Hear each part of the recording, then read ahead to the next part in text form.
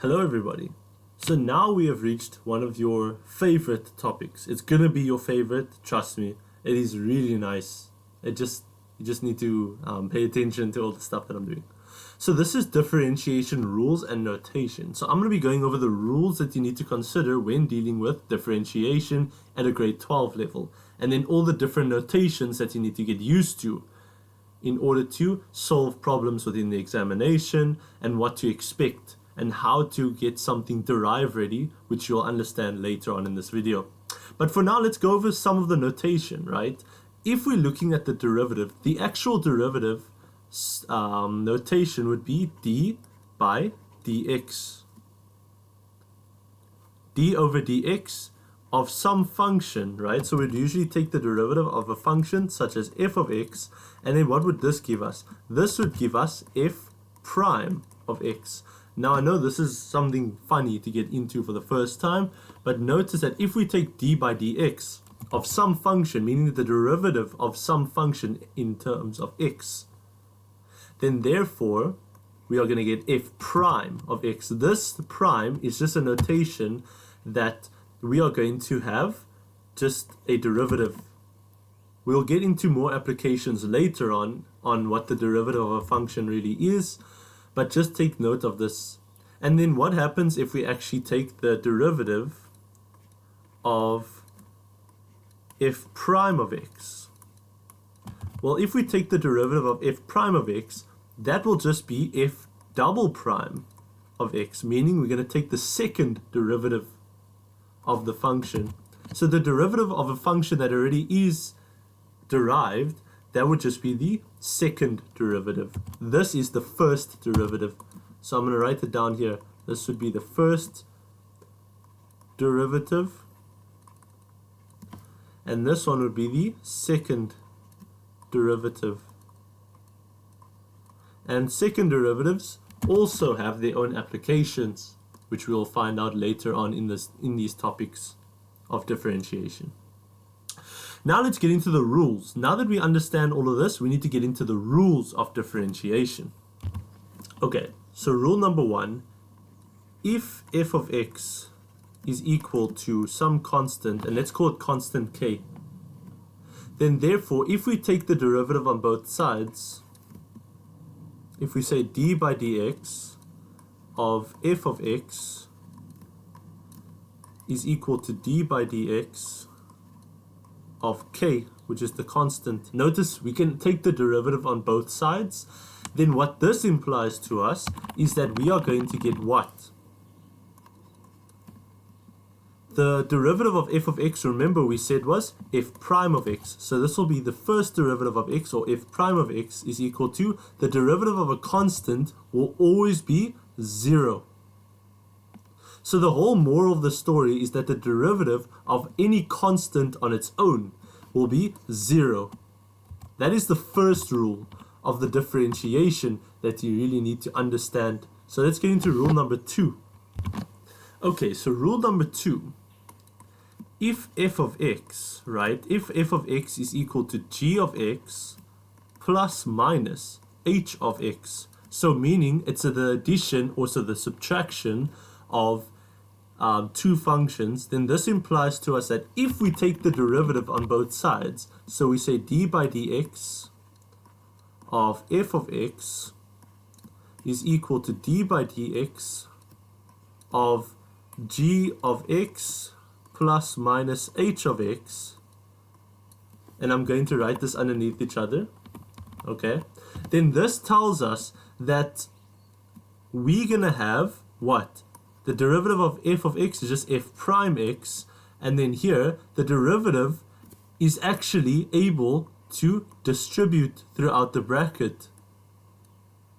Because there's a plus or a minus sign, we are allowed to do that. Only in that case. So therefore, this will be the same as d by dx of g of x plus or minus d by dx of h of x. Okay. And then what is the derivative of g of x? Well, it's the same case as if it was if. So f prime of x is equal to g prime of x, which is the derivative of g, plus minus the derivative of h of x is also the same thing, which is just going to be h prime of x. Okay, they're not all the same thing, but it works the same way for every single function. It'll be prime in this case. Okay, so that is our rule number 2 when it comes to addition or subtraction. Let's go into the next rule. Alrighty, so if our function of x, f of x, is equal to some constant multiplied by g of x, for example, this tells us that if we take the derivative on both sides, so d by dx of f of x, and we take d by dx of k multiplied by g of x, then this just tells us that we are going to have what? D by dx of f, which is just going to be f prime of x, is equal to the derivative of k times g of x. Now here's one property that we need to know. This is where the third rule comes in. The constant, if there's any constant multiplying by the function, or if you can take out any common factor from the function and it looks something like this, then therefore you can take that constant outside of the derivative. Constants alone, if they're multiplying by the function, are the only things that you're allowed to take out of the derivative. Why? Because they don't have x in them. They're just constants, right? But the functions have x. So therefore, you are not allowed to take the function out, but you can take the constant out. So therefore, this would be equal to the constant multiplied by the derivative of g of x. And what would that give us? That would just be k multiplied by the derivative of g of x is just g prime of x, which is the same as g of x. Okay. So just take note of that. That is rule number 3, that you can take constants out of the derivatives, coefficients, if you will. Let's get into the last rule, and this rule is very important.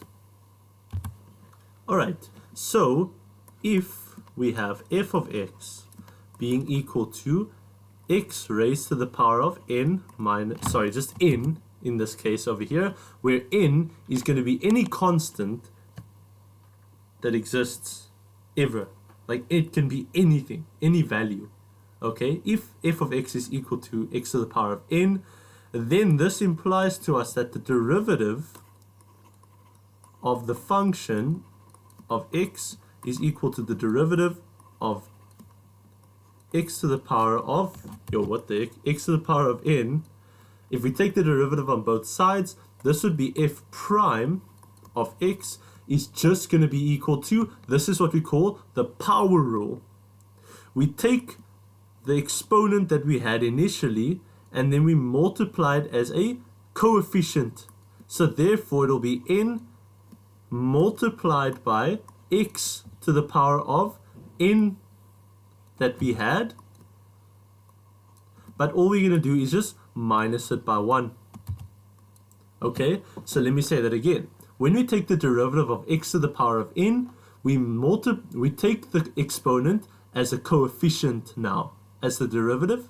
You mean the old n, and then now we keep the base x the same, but then we raise it to the power of n minus 1. So we're just subtracting the exponent by 1. And then when we get into examples, you'll actually understand how it looks like. I'm just showing you the rules to consider, and I want to give this a name. This is what we call the power rule. When we have an exponent, a power. So let's actually get into the examples, and within the examples, I'll actually expose you to the different notations that you expect. So in the form, there's 3 different notations that you have to expect when it comes to differentiation. So let's get into the first example. Alrighty, so here we are. We are given that f of x is equal to x squared plus 2x plus 1. And we need to find f prime of x. Now, how do we find f prime of x? What is this? The first derivative of f, right? So then what do? We are going to say over here that we have the function already is equal to all of that. So all we're going to do is take the derivative on both sides of that function. So d by dx of f of x is just going to be equal to d by dx of x squared plus 2x plus 1. Okay. And then from here, what is the derivative of f of x? It's just going to be f prime of x. And then this is equal to what? What did we say one of the rules were? Well, in rule number, which rule was it? It was rule number 2. When we have an addition or a subtraction of different functions, or different terms even, if you will, then therefore we can actually distribute the derivative within every single term or function that is within. Okay, so therefore we can actually take the derivative into x squared, positive 2x, and positive 1, such that we are left with d by dx of x squared plus d by dx of 2x plus d by dx of 1. And then from here we know f prime of x is just going to be equal to the derivative of x squared. Now what rule are we going to be using? We are going to use the power rule. Remember, the power rule says if we have x to the power of n, then what we are going to say is that it's going to be n multiplied by x to the power of n minus 1. Okay. And then in that case, what we are going to say is, since we have that, it's going to be the exponent where n is equal to 2. Do you notice that 2 is actually just represented by n? So therefore, what is the derivative? It's going to be n multiplied by x to the power of n minus 1, which implies it's going to be 2 multiplied by x to the power of 2 minus 1. Do you see we just used the power rule because we only just replaced n with 2. And now we're going to add it with the derivative of 2x. Now, this is the funniest part. You can do it in two ways. You can just directly use the power rule with the coefficient, or you could take the 2 out, and then you could actually use the power rule on x on its own. So let's take the 2 out of the derivative, and what is the derivative of x in that case? Because now what do you notice? We took the 2 out as a coefficient, and now we can take the derivative of x. And notice that x is raised to the power of 1. So therefore, it'll just be 1 multiplied by x to the power of 1 minus 0. Minus 1. Okay? Using the power rule, where obviously our n value is represented by 1, and this 1 over here. Plus the derivative of 1. What is 1? 1 is a constant. And what did we say about the derivative of a constant? The derivative of a constant is just 0. So therefore, the derivative of 1 is just going to be 0. So therefore, if we simplify it, we can have f prime of x is just equal to 2x to the power of 2 minus 1. 2 minus 1 is 1. Plus 2 multiplied by 1 times x to the power of 1 minus 1. What is x to the power of 1 minus 1? It's x to the power of 0. And we have plus 0. And if we finally say the simple answer, therefore, f prime of x is just going to be equal to 2x to the power of 1, but we can say 2x plus 2 times x to the power of 0. X to the power of 0 is just 1, so we just have 2 times 1, which is 2. Plus 0, we don't have to write that. So therefore, the derivative of f of x, which is f prime of x, is just going to be equal to 2x plus 2. Do you see how we just found the derivative? Okay. So that is the form of question that we would expect when it comes to just f of x. But what happens if we have a case where we have y is equal to a function? Alrighty, wow. Given that y is equal to 3 over x squared minus 5x, we need to find dy by dx. What is dy by dx now? What are we going to do? Are we just going to walk out? Of course we're not going to walk out. Come on, we already know what's going to happen over here. Until you watch what I'm going to do first, obviously. So we're just going to treat it like we always do with the f of x. We just take the derivative on both sides. So d by dx of y is just going to be equal to d by dx of 3 over x squared minus 5x. Okay. There we go, there's our first mark. Take the derivative on both sides. But notice that we have d by dx of y. Now what could that possibly be? Now some teachers would teach you to say just y prime, right? You can just say y prime, or if you take the derivative of y prime, you would get y prime prime, which is y double prime, which is the second derivative. But I don't like that. I want us to use the same notation that we are used to. But in this case, the d by dx of y is just the same as dy by dx. Let me explain. If we have d by dx of u, this would just be the same as du by dx. If we had d by dt of v, then that would just be dv by dt. So that means that if we have d by dx of y, that would just be dy by dx. But my question is, how valid is it going to be in the case where I say the following? In the case where I say d by dx, let me write that a little bit further back, d by dx of f of x in the same way that we do over here. Yes, you can actually write it like this, df by dx, or you could say df of x by dx if you want to. This is also notation, but because we like to use the prime for the function rather, because it's easier and it's less to write down, we would rather use the prime for function. So I wouldn't really recommend using this one, but if you want to use it, go for it. You can do whatever you want. But when it comes to a case where you only have a single variable, such as v or y on its own, you can just take it up with the derivative. That is also a piece of notation. Remember, you can be confused as much as you want, but remember, you are learning this for the first time, or you are revising over this. So don't get confused when you learn something for the first time. Just try and apply it and get used to it. That's what you're expected to do. And then it becomes easy. It becomes second nature. So therefore, the derivative with respect to x of y is just going to be dy by dx, because the y comes up. And now we take the derivative into all these terms. Okay, so therefore we're left with d by dx of 3 over x squared minus d by dx of 5x. Okay, and then from here, what are we going to do? Dy by dx is just going to be equal to, here's a problem that we have, okay? We don't have a proper rule for when something is in an exponent, when it's in the denominator and it is a power. Remember, from our power rule, it was a base where it was raised to the power of something, but it wasn't in the denominator. So what are we going to do here?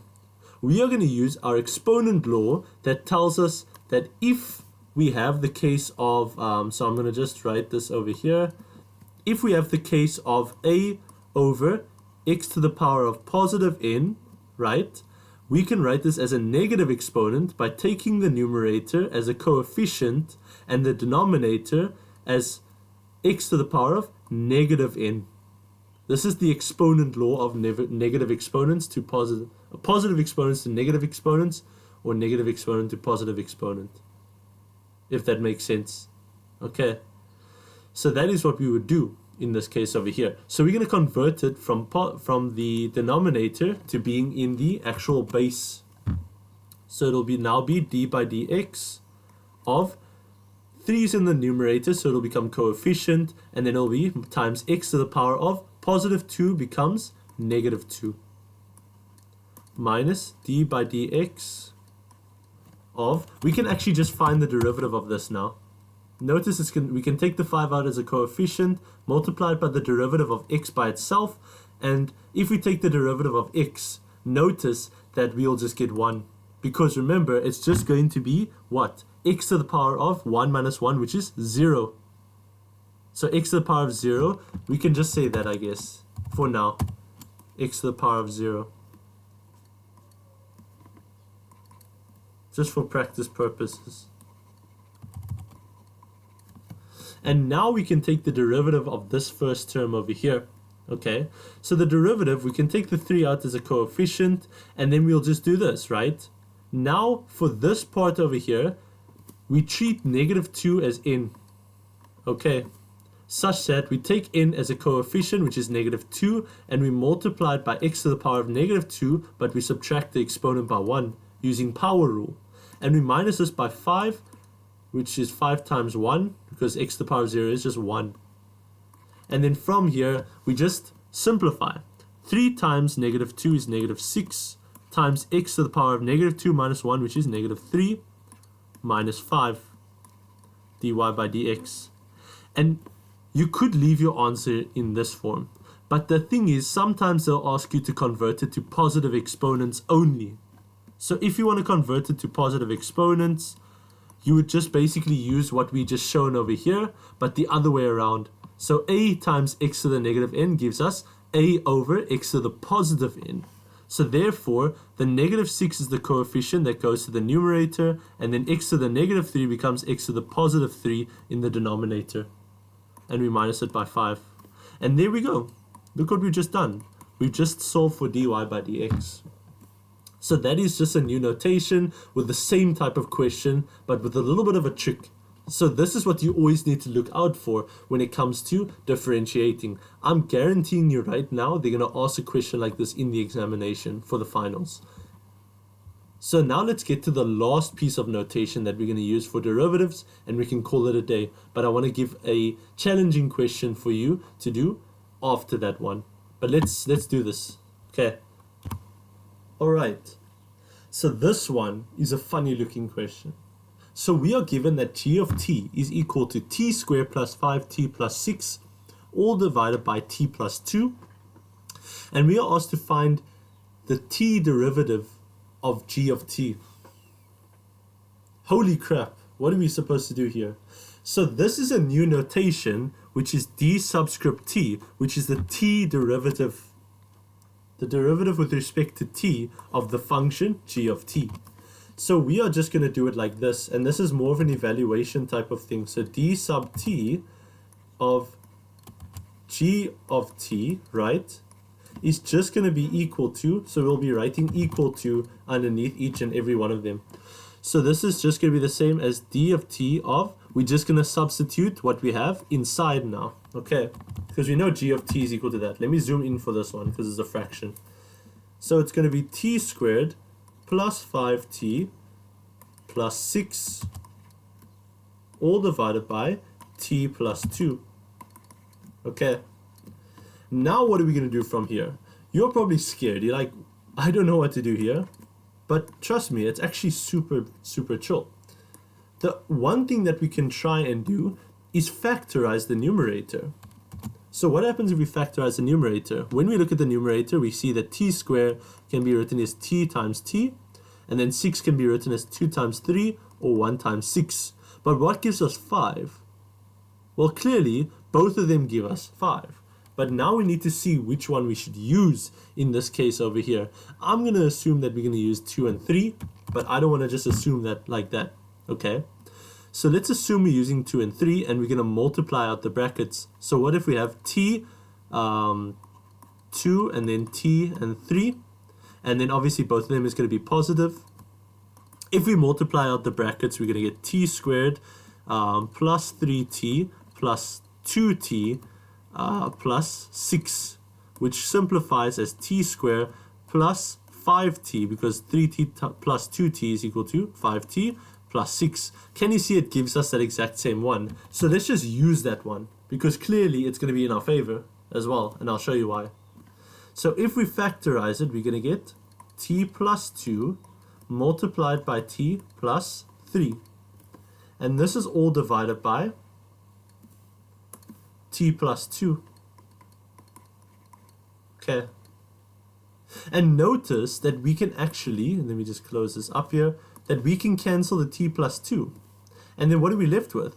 We are left with d sub t of t plus 3. And then from here, what this d sub t is, remember, it's the derivative with respect to t of the function that we have. Okay. So therefore, what we are going to say here is, as we simplified this, we are going to take the derivative. And as soon as we take the derivative, the dt will fall away. And what is the derivative? So the dt will fall away, and what would this imply? It would just be the derivative of t plus the derivative of 3. Okay. So now, what are we going to have? We are going to have the derivative of t, which is the same as what? It's t to the power of 1. If we use the power rule, it's going to be the exponent, which is 1, multiplied by t raised to the power of 1 minus 1. Remember, it's going to be minus 1 in the exponent, plus the derivative of a constant, which is just 3, is just 0. And therefore, this will just give us a simplified answer of t to the power of 1 minus 1, which is 0. And therefore, the answer is just going to be 1. So obviously, therefore, this implies to us that d sub t of g of t is just equal to 1. Okay. And let me just... Yes. There we go. So that would be the answer for this question over here. It's an evaluation type question, and this is a different notation. So I'm going to give you a question that I want you to try it by yourself. And if you can do it, you have mastered differentiation. Alright, so here's the question that we have. We are given that h of x is equal to negative 5 over the cube root of x squared minus 2 over 3x plus the square root of 16 times x to the power of 7. And I want you to find h double prime of x. If you are able to do this, you should be sorted with differentiation, with the techniques and rules, obviously. And then the next one, the reason why I didn't start with first principles is now we can actually go into first principles, and then after we use first principles, which you'll find out later about, we can use these techniques to prove that what we have done was correct.